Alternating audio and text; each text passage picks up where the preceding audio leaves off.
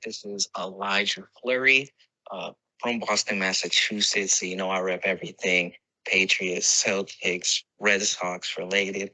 My hot take that I have, I'm going to have one for the Patriots and then one, just a general NFL one. My first one is a general NFL one. I believe that the Rams will miss the playoffs due to the lack of talent that they have due to letting everybody essentially go and the Matt Stafford injury this year. My second prediction is that the New England Patriots will miss the playoffs. The beginning schedule is brutal. The back half is brutal. And even though the team overall doesn't look too bad, the problems they face won't be enough to overcome in time. I'm assuming to give them a 7-10, 8-9 record this season. I think 7-10, 8-9 is pushing it, but it's did I hear that right? He said the Rams will miss the playoffs. He said the Rams, right? So I I'm confused. I'm confused. What about the LA Rams screams like this is an overrated bunch of guys that will miss the playoffs? I mean, Well, I get it. I get it. The Seahawks, maybe they're giving the Broncos a run for the money week one, whatever. It's a very right. highly emotional game. You have the I mean, Cardinals. They look like complete dog water against the Chiefs. You have the 49ers who lost to allegedly one of the worst teams in the league. You have the Rams who are still the best team in that division, even though Matthew Stafford played bad. I don't I, can somebody explain it? Like, I don't get it. I don't get it. I don't get it. I mean, the Matthew Stafford injury, I mean, everybody tried to play it off like it wasn't legitimate, like it wasn't going to be something that affected him in the game. And I mean, we all watched the game Thursday night. It definitely did look like it definitely affected him in the game. I mean, the what was it, 4 interceptions that he threw that night? I mean, that's really the only thing I could think of. I don't think that they lost. I mean, Since I don't think that they essentially lost too much. I mean, I really like the additions that they added. I mean, you lose a guy like Odell Beckham, but you replace him with a guy like Allen Robinson, who also didn't have a good first game, but I expect him to bounce back and have a good season this year. But I mean, really, the only thing that I could side, I mean, and this is actually not a bad take. I mean, the takes we've been getting lately have just been terrible from the listeners. Well, yeah, But but it's yeah, still but out there. besides the Matthew Stafford thing, man, I mean, and the defense looked bad too. Jalen Ramsey got cooked. I mean, he absolutely got torched. But it was the first game of the season. I think we shouldn't freak out too much. And I expect. I mean, the Rams are definitely going to be in the playoffs. That's really the only terrible part about that take. The Rams are definitely going to be in the playoffs. Yeah, Rams are in the playoffs. I'd say as far as the Patriots go, I mean, them missing playoffs, I think, is inevitable. A lot of people had that before their first game. That's why I'm not really speaking on that. That's a pretty like valid hot take. Um, like you said, TK, it's definitely better than the ones we've been getting for the past couple of weeks. Let's get now to our crew member hot takes. You know what? I'm actually start off with my hot take this week. thank I thought at the beginning of the season that the Falcons were going to go winless for this upcoming season. That wasn't the case. Or no, that still is the case because the Saints came back. Did I mention? Did I forget that part? Did everyone forget that Atlanta is the city of chokers? That's what you're good at, Atlanta. That is what you are known for. That's what you've been known for. So with that in mind, my hot take this week is that the Atlanta Falcons are going to go winless this season. I tell you, they will get that number one pick, and they will use that number one pick to acquire CJ Stroud first overall. So you have that to look forward to, ATL. But as far as this season, no. This season, it's gonna be a very long season. PC, can I jump in for a minute? I think No, because with all their choking, they had, like that graphic, they're gonna choke a chance to get that number one pick and win too many games. I didn't think about Gianni, that. that is an amazing point. I did not even That think is about that that. is a very valid point. I didn't even think about that. Yeah, they might find a way. They very much might find a way. Yes, sir. Yes, sir. My hot take of the week is very simple, very logical, very inevitable. Ladies and gentlemen, there's not a matter of if, it's a matter of when. When the New England Patriots don't win over 7 games, Bill Belichick is gone. It has And you been will 3 replace years. him with Shut Matt up. Patricia. No. Replace with Sean Payton, buddy. It's been 3 years since we lost. Bro, Sean Payton is not coming to New England, bro. What? Stop. Let it go. Shut up. He's coming to New England. I know it. Anyways, back to my take. The Patriots do not win more than 7 games this year. Bill Belichick is gone. He's gone. His time in New England is coming to a short end because real fans know he is hurting the team more than he's helping. My hot take is about the New York Giants running back, Saquon Barkley. He has had a lot of doubters and a lot of haters the last few years. He's dealt with some injuries, he's dealt with some terrible offensive line, and it's led to him struggling on the field. And people overreacted. They called him washed, they called him a bust, they called him trash, they called him all these things, and they were dead wrong. Saquon Barkley is not only back, he is better than ever before. The Saquon Barkley I watched yesterday on Sunday is better than any Saquon we've ever seen. Better than Penn State Saquon. Better than rookie Saquon. Not because he's more athletic, but because he's actually reading the defense now. He's following his blockers. He's not dancing in the backfield as much. He will run away with the Comeback Player of the Year award. Michael Thomas is going to have a good season. I'm confident in him too, but he's not going to come close to Saquon this season. Look at this, Sean. Michael Thomas is going to have a big year. You know my hot take, Trey. No. It was my hot take No, until you it was my robbed hot it. take that he You was going robbed to have a it. great That's year. what your people But do he's best. not going You to be steal. better than You're a Saquon. pilgrim. You are a pilgrim. He Now, is Sean, going to be good, but he's not going to be better than Sean, Saquon. real quick. Limited snaps. Michael Thomas only had 20 snaps, 8 targets, 5 catches, 57 yards, 2 tuds. Imagine him during a full game. It is over with. He's burning. He's cooking anybody guarding him. Hot take is Justin Jefferson. This man is just, he's unbelievable. Yeah, I still remember TK saying that he isn't a top 5 receiver in this game. But after what he did to the Packers yesterday, Jair Alexander was scared to cover that man. He had Jair Alexander, who is a top cornerback in the NFL, shaking in his boots. 9 catches, 184 yards, 2 touchdowns.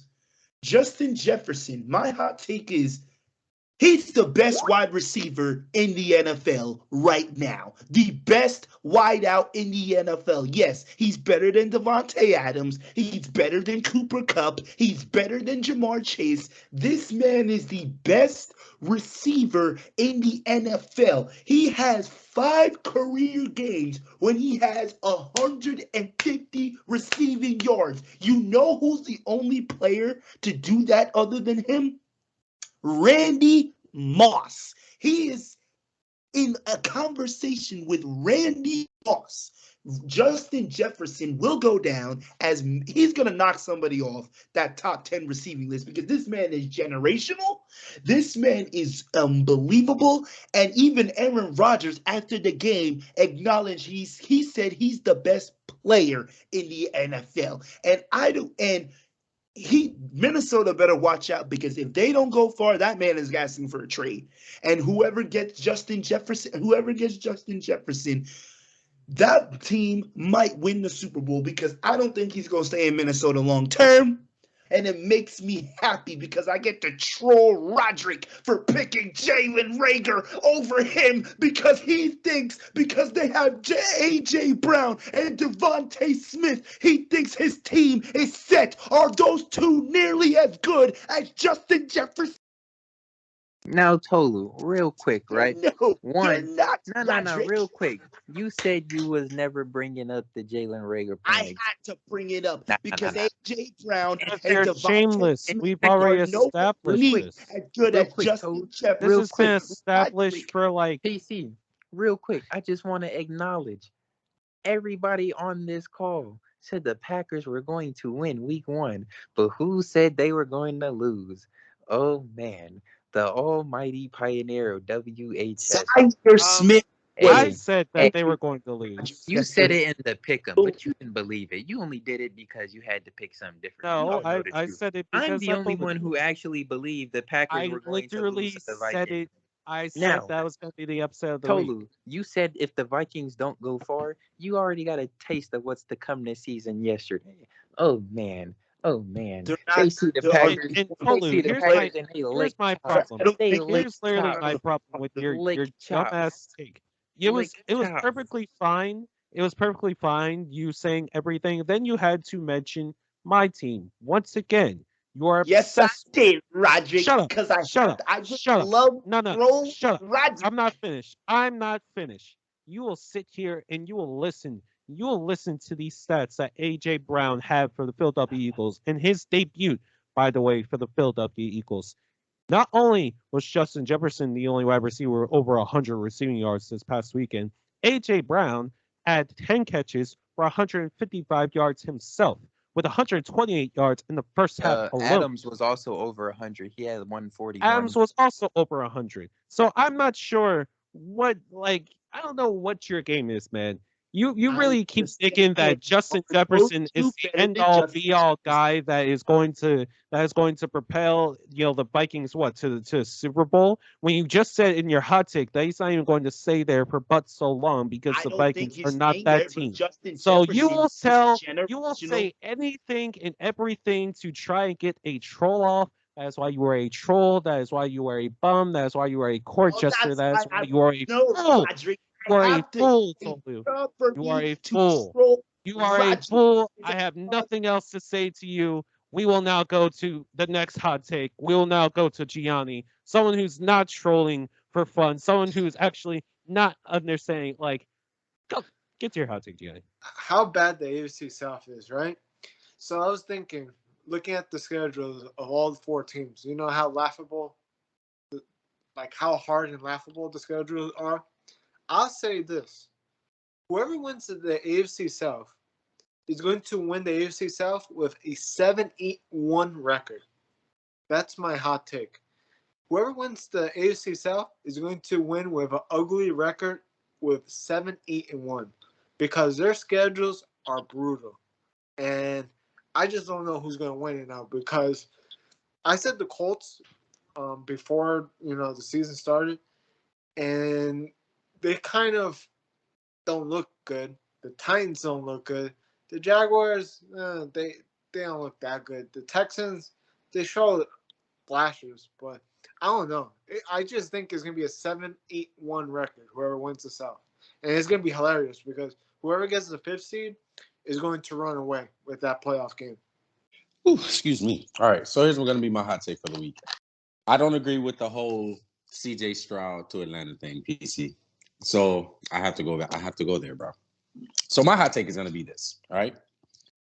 I understand that the Eagles are going to make the playoffs, and I fully expect them to win 10 games this season. But my hot take is going to be this: the Philadelphia Eagles have 2 first-round picks. Even if they win 10 games, if Jalen Hurts does not show that he's taken that next step, my hot take is going to be that the Philadelphia Eagles are going to trade those 2 first-round picks that they have this season Stop it, to man. move Stop up to. And saying it's this. my hot take. It's my hot Oh take my to move god. up in the draft to take either CJ Stroud or Bryce Young with the top 5 pick. That's going to be my hot take for the week.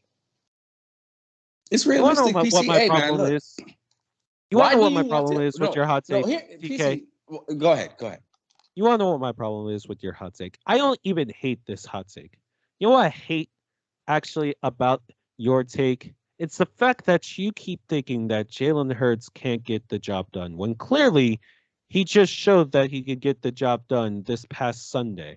Okay, unlike Lions. your quarterback, he actually didn't have a turnover. And unlike a lot of people's quarterbacks in here, he didn't have a turnover this past Sunday. Okay. Jalen Hurts had over 300 yards of total offense for the Eagles this past Sunday. He's the most confident that I've ever seen him look in this offense. Okay. And that's why I'm just so confused. If he does bring us to the playoffs, why would we go out of our way to trade up for a guy that can compete with him and try to take his spot? It'd be like the Carson Wentz situation all over again, which was a complete toxic situation.